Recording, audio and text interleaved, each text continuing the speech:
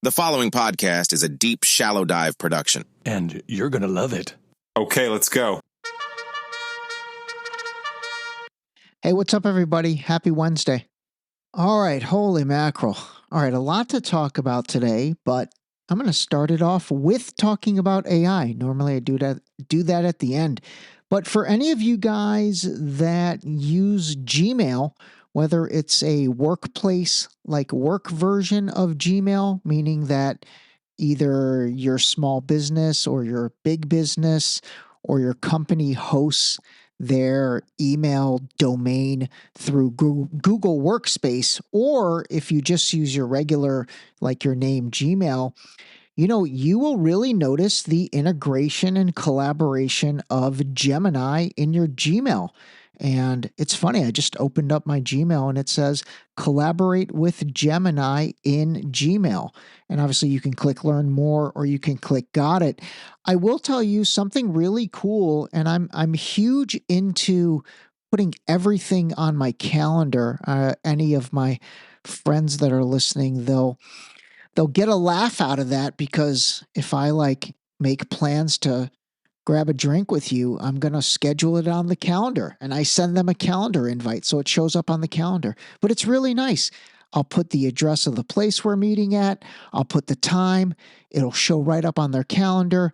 I have one friend who's like, dude, I love this, because every time I'm meeting up with you, my CarPlay opens up and I don't even know how it does it, but all of a sudden my calendar matches my navigation and it takes me to where I'm meeting you at.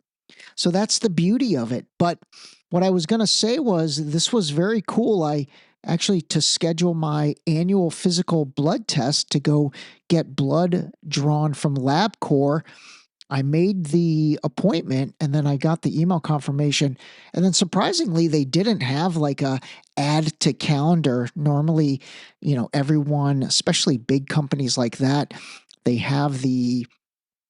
they've got the technical wherewithal to give you the option to add it to your Gmail, add it to your Outlook, add it to your Apple Calendar. But for some reason, the LabCorp thing did not. But when I received that email inside of my Gmail, and I hope you're following along, now with Gemini in there, I clicked on the little Gemini button up in the top the top right-hand corner. And then it said, what would you like to do? And I said, add it to my calendar. And so it did. It added that appointment to my calendar. So that kept me from having to copy the address, go into calendar, create a new event. So that was pretty slick. So anyway, I did want to kind of just bring that to the forefront, because I'm sure a lot of you do use Gmail for your email.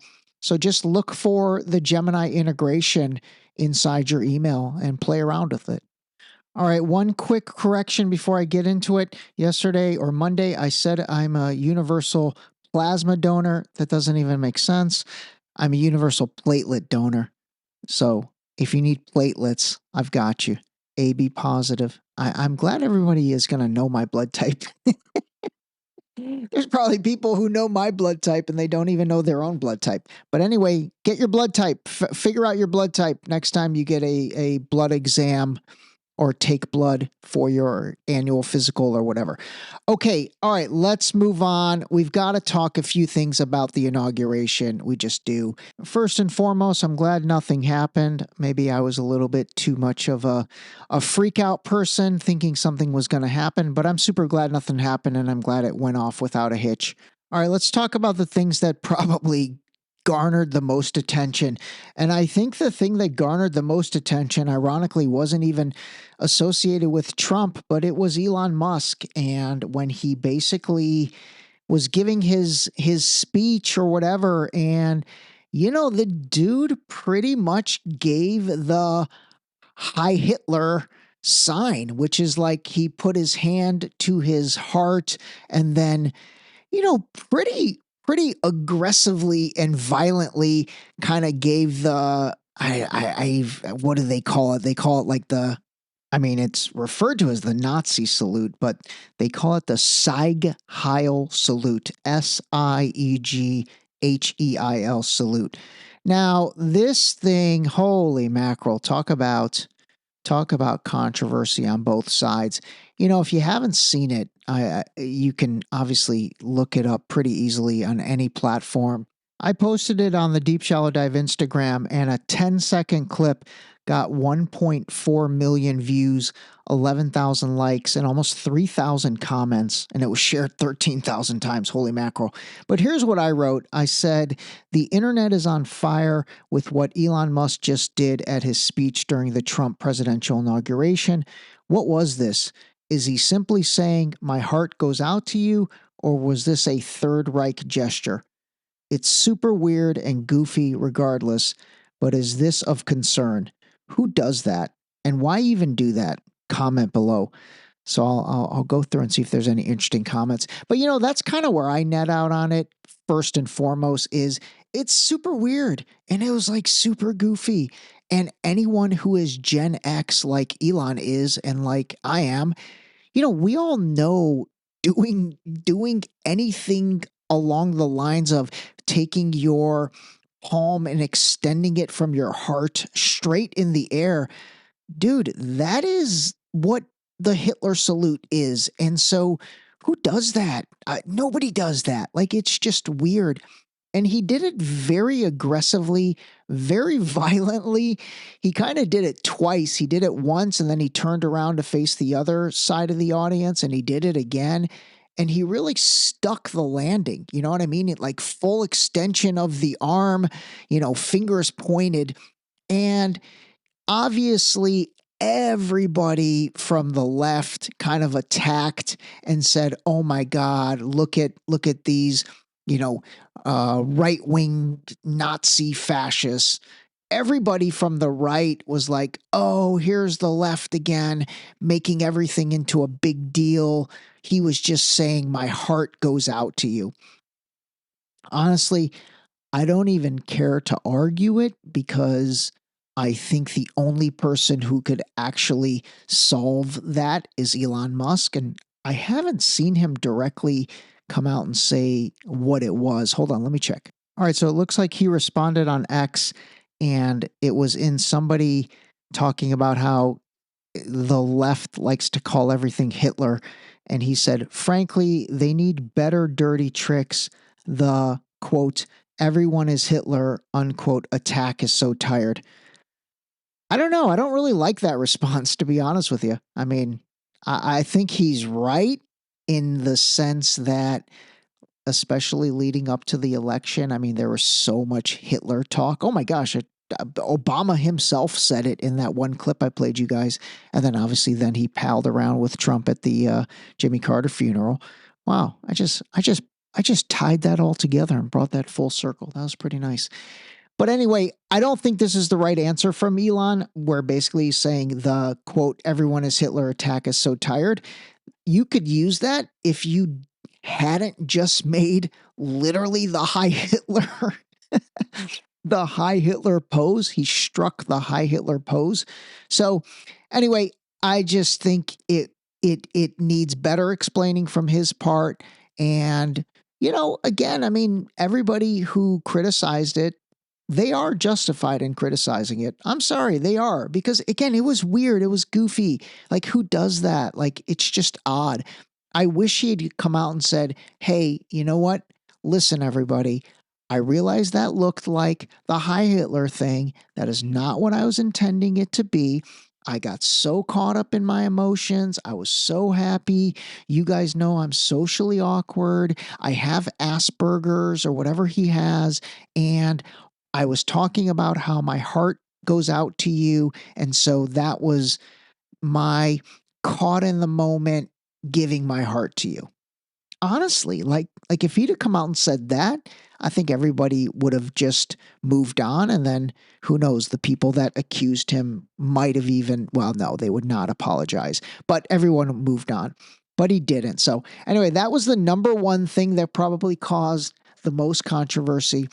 I will say another thing that was interesting was my girl Melania Trump. Her outfit was interesting. I don't know if you guys saw. I'm sure you did if you watched any of it or saw any of the highlights.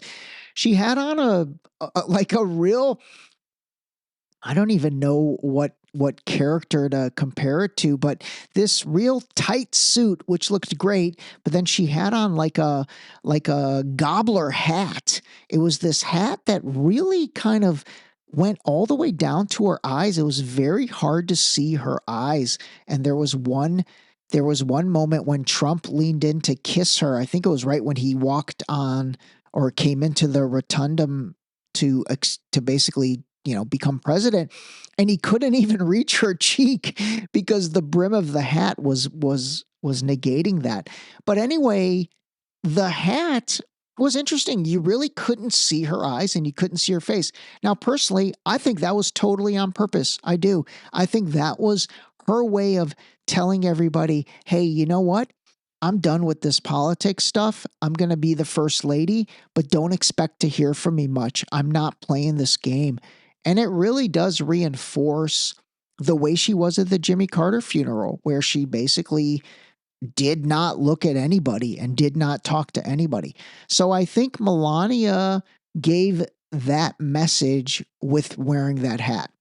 Moving on to Trump, really quick, the only thing I want to say about him is he wore a purple tie. And that surprised me a little bit because I expected him to be in kind of his standard patented red tie look, which obviously reinforces the Republican red. But he wore a purple tie, and purple in politics kind of denotes more of a centrist type position. And it also denotes a position of unity. So I think that could have been strategic by Trump as well. I think he was saying, hey, look, everybody, I'm wearing a purple tie. I am going to try and unite the country. I don't know if that's true or not, but I I think that might have been a subliminal and subtle message. I really hope that is true, actually. I really do. All right, moving on. There was a hilarious clip of George W. Bush where I'm not kidding. It looks like he had an edible and it was like hitting him right at the moment. Dude was goofy, like super funny face, kind of like was laughing or like holding back a giggle. It was very funny. It literally looked like he was he was on something. That was hilarious. There was another very, very funny clip where it looked like the camera caught Mark Zuckerberg like looking at Lauren Sanchez's cleavage. Lauren Sanchez is Jeff Bezos's fiance, and she was not dressed appropriately. She definitely like that girl has had a lot of work done, but I will also say I bet you she busts her ass in the gym because she went from like being like this skinny fat chick to being super fit. She's really fit. I mean, why wouldn't she be? I mean, so is Bezos. Why wouldn't they be? Like when you have that much money and that much time and that much access, you better be fit. But anyway, there was a very funny clip where it looks like Zuckerberg is like checking out her cleavage. So the internet went crazy with that. And then the last clip that's gotten a lot of attention was Eric Trump. This is probably the one most people might have missed, but he walked up, looked at Jared Kushner, his brother in law, and then when he turned around, he basically put his hands in a diamond. And if you don't know what that stands for, it's basically the symbol of this group called the Illuminati. And we'll talk about that a whole different episode because that's definitely, some people would say, conspiracy theory-ish. But he it was weird. It was weird because he should not have done that with his hands. Actually, I should say this. From walking up and taking your place, it's like 0.01% chance any other human being would immediately make that gesture with your hands or immediately have your hands go into that position. It just didn't fit. And then after about like 1 or 2 seconds, it looked like his wife, Laura Trump. Now, many people are saying all she was saying was, hey, back up. But it did look like she looked down, noticed him do it, and maybe noticed that the camera was on them. And so all of a sudden he stopped. Again, it's interesting. I mean, again, it's all up to whether you believe in any of that stuff or not. But like I said, again, similar to Elon making that Heil Hitler salute, or my heart goes out to you salute. It's just weird and it's goofy. And I don't think, 9.9 out of 10 people would ever do that in that moment. All right, I think that's. Oh, you know what? There was one more part that I thought was very funny, and this kind of got captured as well. But it was basically when Trump was talking about renaming the Gulf of Mexico the Gulf of America, the camera caught Hillary Clinton, and she just started laughing. I thought that was hilarious. I mean, I can't say I'm a Hillary fan, but I give it up to her for like just blatantly laughing at that, like just completely laughing. And so the camera caught it, and it was actually a pretty funny clip. All right, so that's pretty much the inauguration. A couple things leading up to the inauguration that, again, I'm assuming you heard, but in case you didn't, I do think they're worth mentioning. And I think they're kind of ridiculous, but President Biden, literally in the hours leading up to the inauguration, he ended up issuing preemptive pardons for Dr. Fauci, Mark Milley, and then a few other witnesses. Let me see who else. All right, so retired General Mark Milley, Dr. Anthony Fauci, and then members of the January 6th committee. So I'm wondering if that's like Liz Cheney and who else? Not Adam Schiff, but that other guy.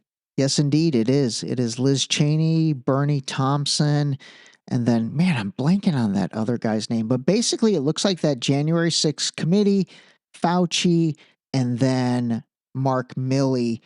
And then literally, I guess within maybe minutes of Trump kind of being inaugurated, he did one final pardon for his family members.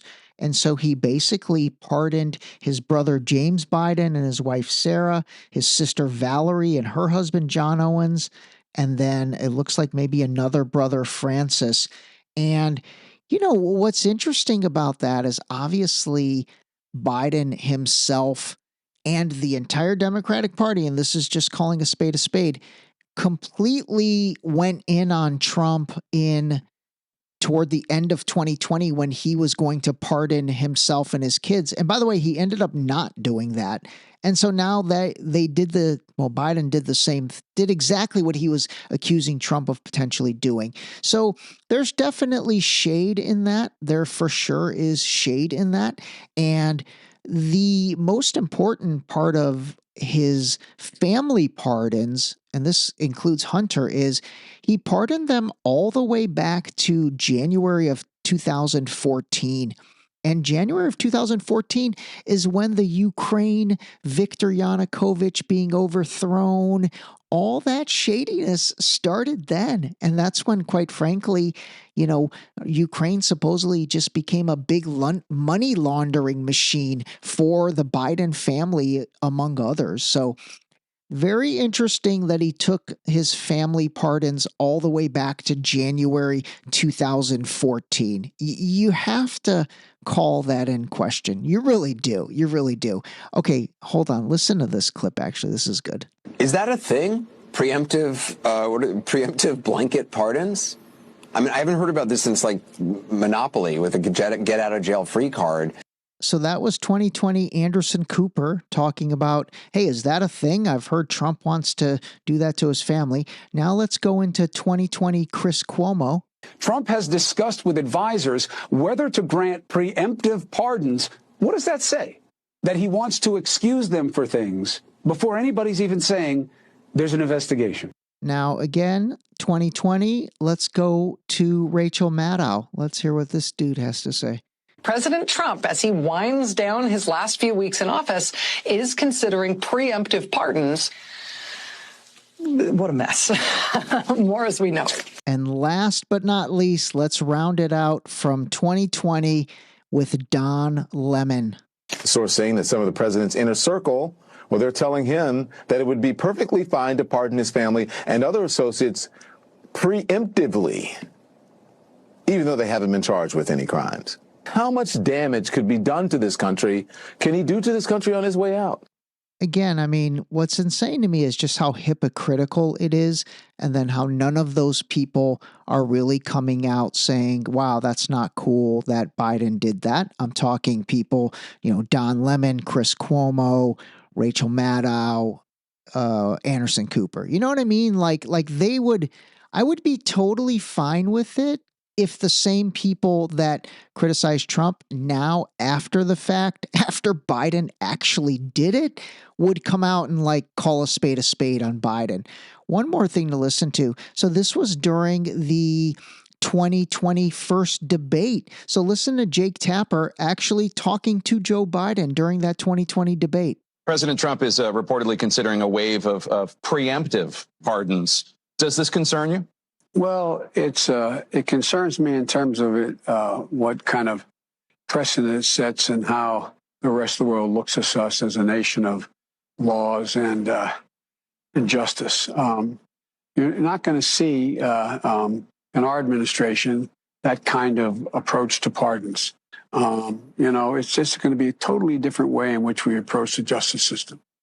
All right. I mean, like, that's the stuff that needs to get called out. And again, obviously it's going to get called out on the Republican side, but it's the Democrats should call it out. Like the Anderson Coopers and Rachel Maddows and Don Lemon and Chris Cuomo, although both of those guys got fired. So they're on independent platforms now. But again, they really should call that out, man. I don't get it. I don't get why you can't call out your own side. That definitely, to me, it's such a credibility builder, in my opinion. But it's very few that can do that, honestly, if any, for that matter, if any. And we've talked about that several times. All right, so that's all of that. Next, I want to play you this clip from a doctor that talks about sugar. It kind of reinforces, obviously, the episode I did last week on sugar. Give this a listen.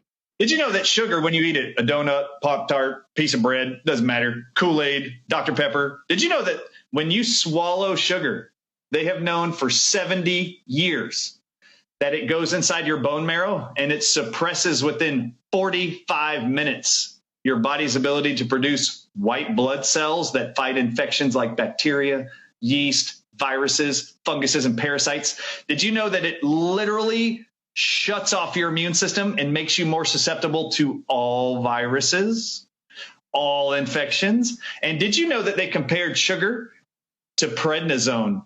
Prednisone is a steroid. And do you know that its job is to suppress your immune system? In fact, it's called an immune system suppressant.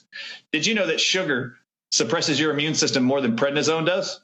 Really quick, that is pretty crazy, because if any of you have ever been on prednisone, or if you know anyone that's gone on prednisone, our dad had to go on prednisone for something. I'll talk about it in another episode, but it's an incredible drug. I mean, there's a lot of obviously amazing benefits to it, but the side effects are also pretty insane, actually. Like really potentially almost life-altering side effects to prednisone. So the fact that sugar even remotely can operate in that space, again, it is, I'm stressing this with you guys. Pay attention to your sugar intake and cut it down. You'll lose weight. You'll totally lose weight and you'll start to feel better. All right, let's listen to the rest of this. So if you're trying to fight an infection, if you're worried about the bird flu in the future, and I find out you're eating donuts and Pop-Tarts and cereal in the morning, you don't care about your health. All right, that was kind of a goofy way to end it. But again, the key takeaway, and I'm going to keep reinforcing this, is absolutely pay attention to your sugar intake, especially the added sugars in products. When you are going grocery shopping from now on, turn whatever you buy over and take a look at the nutrition facts. And if you see a substantial amounts of added sugars, do not buy that product. And, when he talked about cereal, obviously, not all cereals are the same, but unfortunately the Frosted Flakes and Fruit Loops and the delicious ones that, quite frankly, maybe many of us grew up on, they might have been better back then, but now they really are just pretty much pure pure sugar factories. And so again, I think if you start to pay attention to the nutrition facts on the backs of your labels when you buy food, you'll see it. You'll totally see it. And you'll see no fiber, all sugar. Put those products away. All right, let me see what else. Oh, you know what? I did talk about the backlash that Nelly and Snoop Dogg received from basically performing at the Trump inauguration.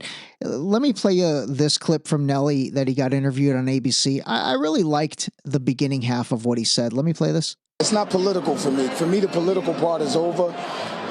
He won. And, growing up, I was taught to respect the office. So, Nelly's here. He said, growing up, I was taught to respect the office. So Nelly's here. I love that he talked about himself in the third person. But I also think saying respecting the office of president. Again, I know that goes both ways. So obviously I know people did not respect Biden in that position, but they should have. And, I think I always respected Biden. I mean, I can be critical, just like I'm going to be critical of Trump for sure. But I think there's a difference between being critical and then respecting the office of the president, which I really wish people would embrace. And you did get a little backlash, but you were like, whatever, I don't care. I'm doing what I want to do. This is, I'm not going to put words in your mouth, but you were really cool about it. You handled it well. You came forward and you talked about it. A lot of people wouldn't do that. I didn't think the ABC reporter needed to say all that. I think she just needed to jump to this. Why did you come forward and talk about it? Well, because I think it's important that, we showed some people have their own opinions about things, and sometimes things can get a little bit hazy and in a way that everybody feels the same way about everything, and that's just not it. I think certain people have an outlook, and I've always believed that you got to walk through the fire sometimes to get results, and regardless of what you feel about it, we as a people, and I mean, my heritage as far as being African American, we've always had to work with people that we may not have always agreed with to get things done. And I think that struggle continues. But at the end of the day, if the men and women of this country can put their life on the line for a president that they may not have voted for, I can definitely perform for the office. That was pretty solid, Nelly. Way to go, brother. He ended it with, if the men and women can put their lives on the line. I'm assuming he's talking about the armed forces and maybe even like, our first responders and the police and firemen and all that. But if they can put their life on the line for somebody they didn't vote for, I could certainly perform for somebody I didn't vote for. And I'm assuming in this case he did vote for Trump. But anyway, I thought that was good. Wanted to give Nelly his due. Had not brought him on the podcast. So that, oh, by the way, I talked about how I represented him for his marketing. I'll give you one.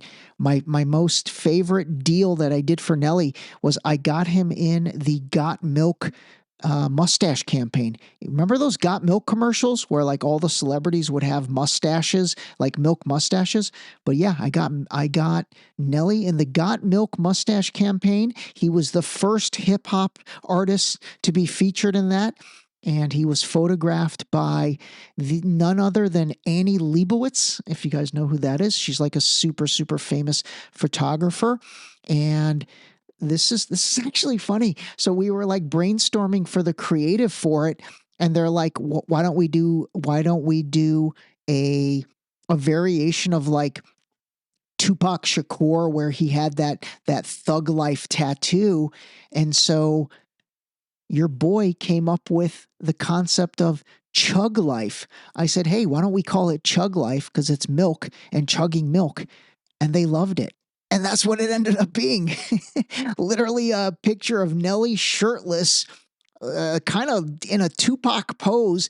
At the time, he was rocking his little bandage that he would wear on his face, and then going across his stomach like in a semi-arch around his belly button. Instead of the Tupac Thug Life, it said Chug Life. How you like that? How you like that little story? God, I think I still have that thing. I'll have to find it. Anyway, that was one of my most favorite, I guess, licensing or sponsorship or endorsement deals that I ever did. That was a fun deal. All right, that's about it. I'm going to end it instead of with music. I'm going to play for you a minute of Dave Chappelle's monologue that he did on Saturday Night Live. Again, I think it's really good. It's about 17 minutes long. If you want the full thing, just go on YouTube and look up SNL 50 and you'll see the Dave Chappelle monologue. Otherwise, here's only a minute of it. I think it's really good. Call a spade, and we will talk to you soon. So Donald Trump, I know you watch the show. Man, remember, whether people voted for you or not, they're all counting on you. Whether they like you or not, they're all counting on you. The whole world is counting on you. And I mean this when I say this. Good luck. Please, do better next time. Please, all of us, do better next time. Do not forget your humanity, and please have empathy for displaced people, whether they're in the Palisades or Palestine. Thank you very much, and good night. That was a great way to end it. This episode was brought to you by the new book, Deep Shallow Dive Into You, available now on Amazon and Barnes & Noble in hardcover and paperback. Don't forget to sign up for our new mailing list on our website at deepshallowdive.com.